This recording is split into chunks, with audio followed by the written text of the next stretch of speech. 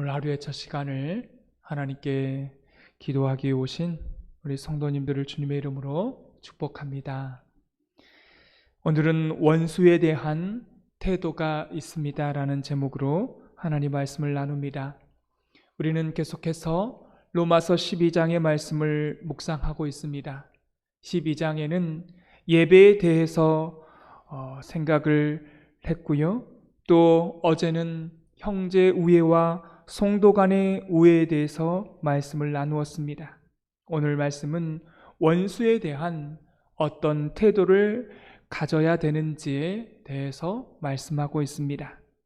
사랑하는 성도 여러분, 우리가 그리스도인으로 살다 보면 아무리 신앙이 좋든 나쁘든 우리가 원수 관계를 맺을 수 있다라는 겁니다. 두 가지 경우가 있는데요. 하나는 우리 자신이 잘못되어서 누군가와 원수를 맺는 경우가 있고요. 또 하나는 다른 사람, 남이 잘못해서 나와 원수를 맺는 경우가 있습니다. 오늘 성경도 말씀하고 있습니다. 인간관계를 가지다 보면 본의 아니기에 박해를 하는 자, 우는 자, 악한 자, 원수를 만나게 된다는 것입니다. 이런 경우는 이렇습니다. 우리가 아무리 잘해도 원수 관계가 생길 수 있다는 것입니다. 또한 남이 잘못돼서 내가 원수가 되는 경우도 있어요. 그런데 오늘 성경은 이렇게 전제를 시작합니다. 어떤 전제를 하냐면 절대로 원수를 맺지 말라 이렇게 말하지 않고요. 절대로 싸우면 안 된다, 절대로 다투면 안 된다, 그건 믿음이 없는 것이다 이렇게 말하지 않았다는 겁니다. 싸울 수 있고 또 원수도 맺을 수가 있습니다. 그런데요, 오늘 말씀에는 18절 말씀에는 뭐라고 말씀하였냐면 우리 한번 같이 읽도록 하겠습니다. 할 수 있거든 너희로서는 모든 사람과 더불어 화목하라. 아멘. 여러분, 여기에 중요한 단어가 있는데 할 수 있거든 이라는 겁니다. 이 말이 무슨 말이냐면 순수한 우리 한국말로 이런 거예요. 되도록이면 이라는 말입니다. 안 된다, 이거 절대 안 된다, 그게 아니라 되도록이면 이라고 하는 그러한 말씀을 하고 있습니다. 되도록이면 뭐 하지 말라는 겁니까? 원수를 맺지 말라는 것입니다. 원수가 생길 수는 있지만 되도록이면 원수를 맺지 말라는 것입니다. 여러분, 다윗의 경우를 보십시오. 다윗은 원수가 적었어요? 많았어요? 많았습니다. 수많은 적들이 있었습니다. 심지어는 자기 아들도 원수가 되었던 적도 있었습니다. 압살롬이 아버지를 죽이려고 쫓아다닐 때 사실은 그 관계는 부자 관계, 자녀 관계이면서 원수 관계 아니겠습니까? 그때마다 다윗이 시편에서 이렇게 기도하죠. 하나님, 저런 원수를 어느 때까지 그냥 살려두시겠습니까? 진멸하여 주옵소서라고 기도하지 않았습니까? 여러분, 다윗은 오실 메시아의 상징이죠. 다윗도 보면 원수에 대해서 어쩔 줄 몰라 하는 그런 모습을 보게 됩니다. 이게 바로 성도의 현실인 것입니다. 여러분, 우리가 인생을 살다 보면 또한 교회 생활을 하다 보면 정말 마음이 부딪히고 마음이 맞지 않고 또 거리끼는 사람을 만나면요, 어떻습니까? 교회 안에 와서 예배는 드리고 있지만 웃을 수가 없는 겁니다. 그 사람을 만나면 얼굴이요 그냥 구겨지게 되고 힘들게 된다는 것입니다. 교회 안에서만이 아니라 직장과 세상도 마찬가지입니다. 싫은 상사를 만나면 얼마나 힘든가요? 어떤 사람은 자살 충동까지 느낀다고 합니다. 직장에 출근하는데 나를 미워하고 노골적으로 적대시하는 그런 사람을 만나게 되면 그냥 가서 옥상에 뛰어내리고 싶은 그런 충동을 느낀다는 거예요.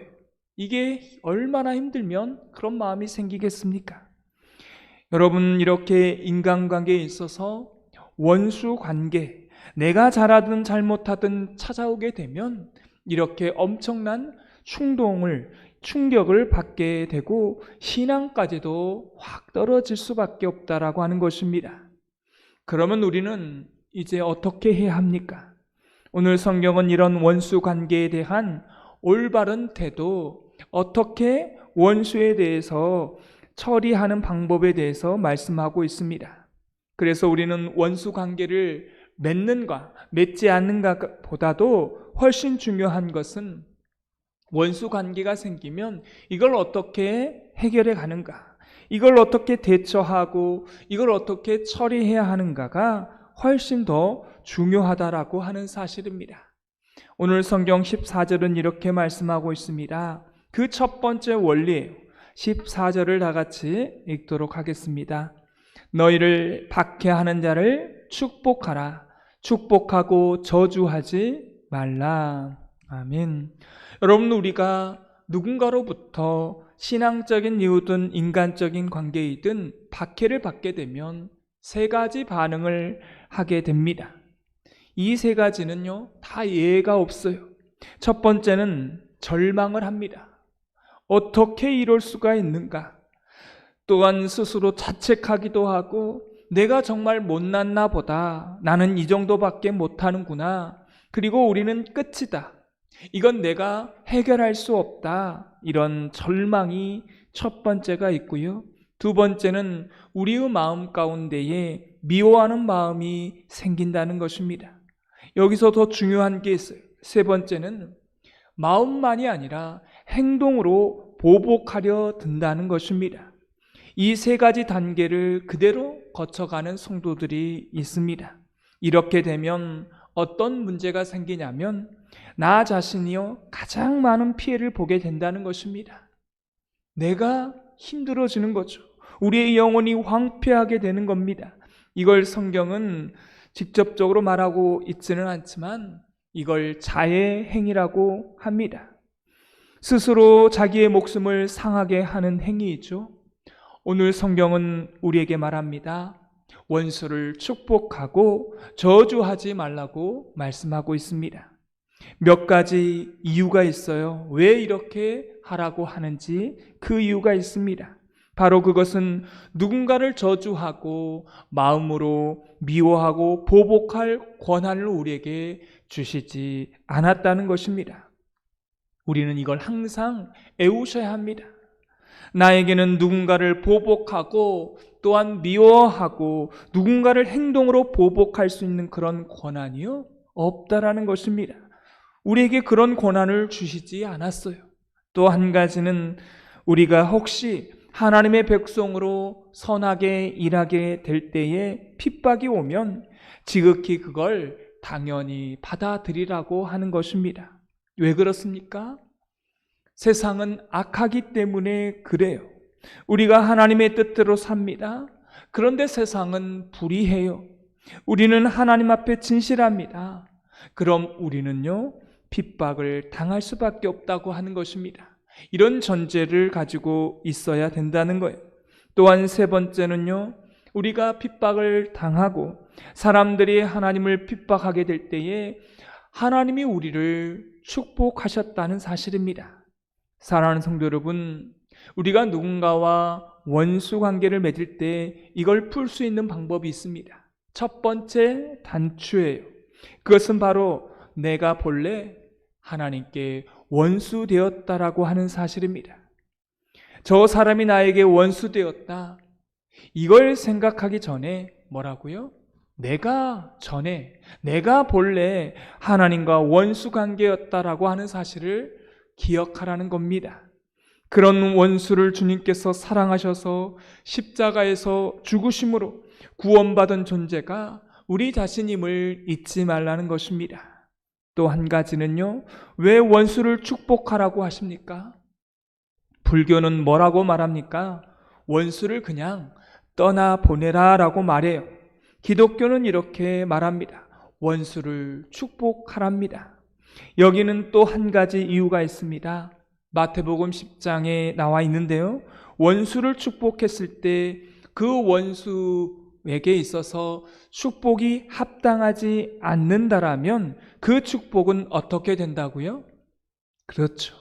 나에게 그 축복이 돌아온다고 하는 사실입니다. 우리가 벽을 향하여 공을 던집니다. 그런데 벽에 끈끈이가 있으면 벽에 공이 달라붙겠죠. 근데 벽이 차가운 시멘트라 튀어나오면 그 공은 누구에게 옵니까? 나에게 돌아온다는 것입니다.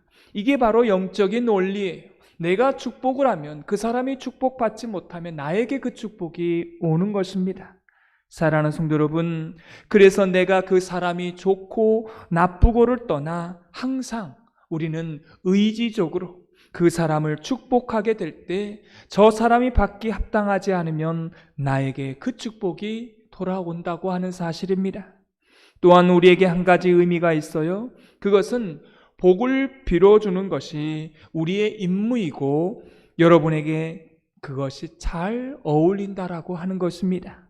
우리가 누군가를 저주하고 우리가 누군가를 미워하고 우리가 누군가를 그렇게 보복하는 것보다 우리가 축복하는 그 역할을 저와 여러분이 했으면 좋겠습니다. 이게 바로 하나님의 마음인 것입니다. 오늘 또한 성경에 보니까요, 그러면 두 번째 원리가 나와 있습니다. 15절을 다 같이 읽도록 하겠습니다. 즐거워하는 자들과 함께 즐거워하고 우는 자들과 함께 울라. 아멘. 사랑하는 성도 여러분, 여기 여러분의 친구가 있다고 합시다. 믿음의 교우가 있어요? 한번 묻겠습니다. 그 사람이 잘 될 때 함께 기뻐하는 것이 어렵습니까? 아니면 안 될 때 같이 슬퍼주고 울어주는 것이 어렵습니까? 여러분 어떻습니까? 어때요? 잘 될 때 기뻐해 주는 게 어렵다라고 사람들은 그렇게 말을 합니다. 이게 바로 사람의 생리입니다. 근데 상대방이 너무 잘 됐을 때는 그렇게 같이 기뻐해 주고 그렇게 하는 게 어렵지만 그 상대방이 뭐예요? 힘들 때 함께 울어주는 것은 이건 정서적으로 가능합니다. 근데 너무 잘 됐을 때 그걸 진짜로 함께 기뻐해 주는 것이요? 쉽지 않다는 것입니다. 근데 이것이 되어야 되는 한 가지 이유가 있습니다. 그것은 바로 우리가 그리스도 안에서 한 형제이고 자매라고 하는 사실을 기억하셔야 한답니다.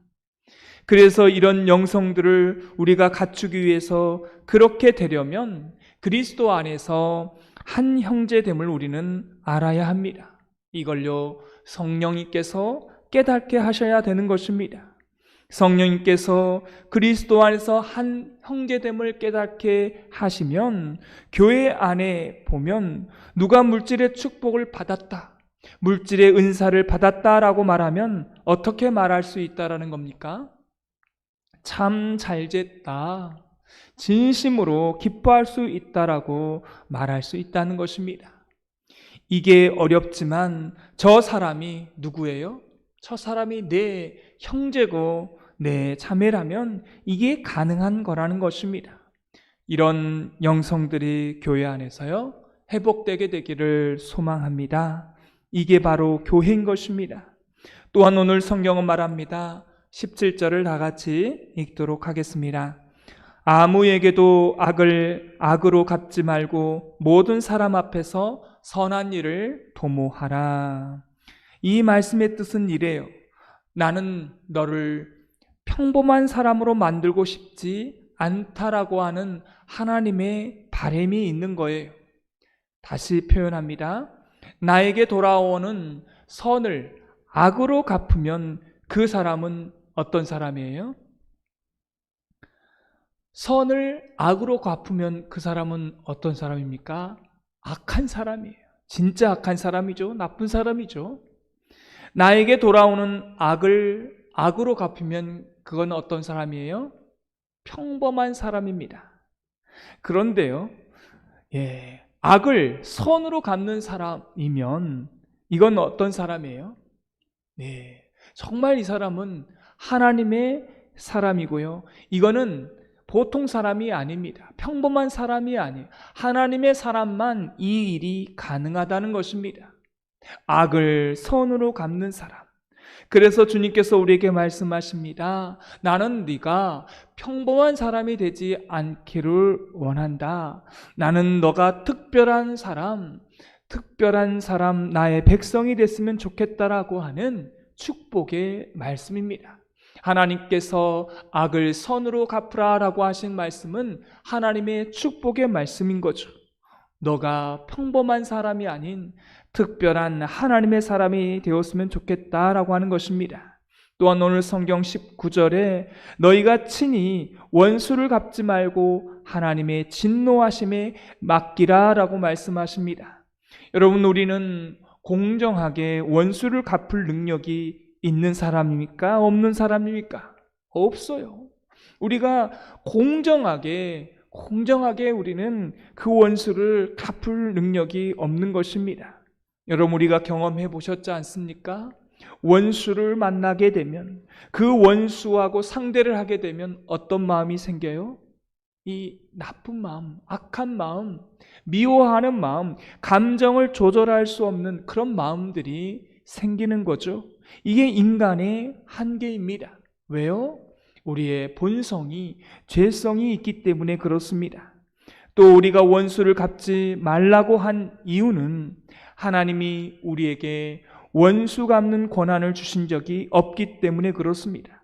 세 번째는 원수는 원수를 낳기 때문에 그래요. 이러한 이유 때문에 하나님이 우리 보고 원수를 갚지 말라고 하신 것입니다. 그래서 오늘 성경은 결론적으로 20절은 말합니다. 우리가 원수에게 축복하고 잘해주는 것은 그 원수의 머리에 숯불을 올리는 것이라고 말합니다. 이게 원문으로 이렇게 나와 있어요. 생각해 보세요. 내가 저 사람을 가해했는데, 가해자예요.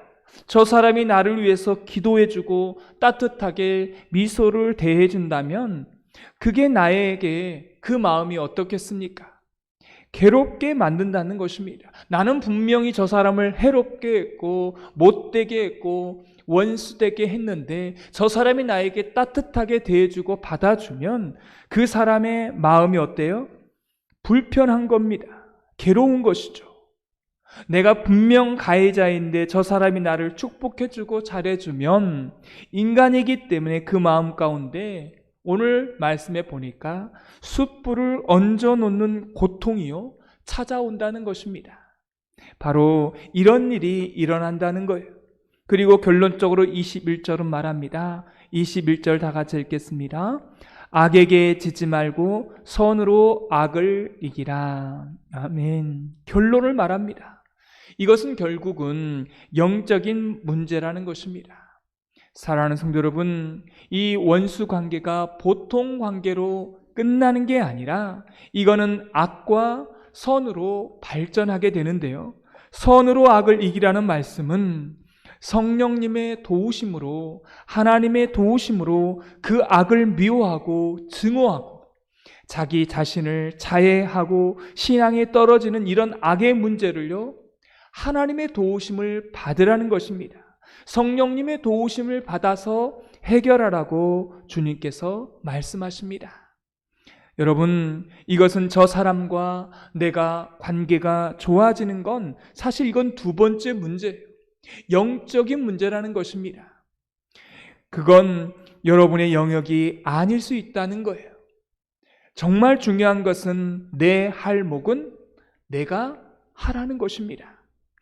그래서 스스로를 자해하지 말라는 거죠. 그리고 내 신앙의 질을 스스로 떨어뜨리지 말라고 성경은 말씀하고 있습니다.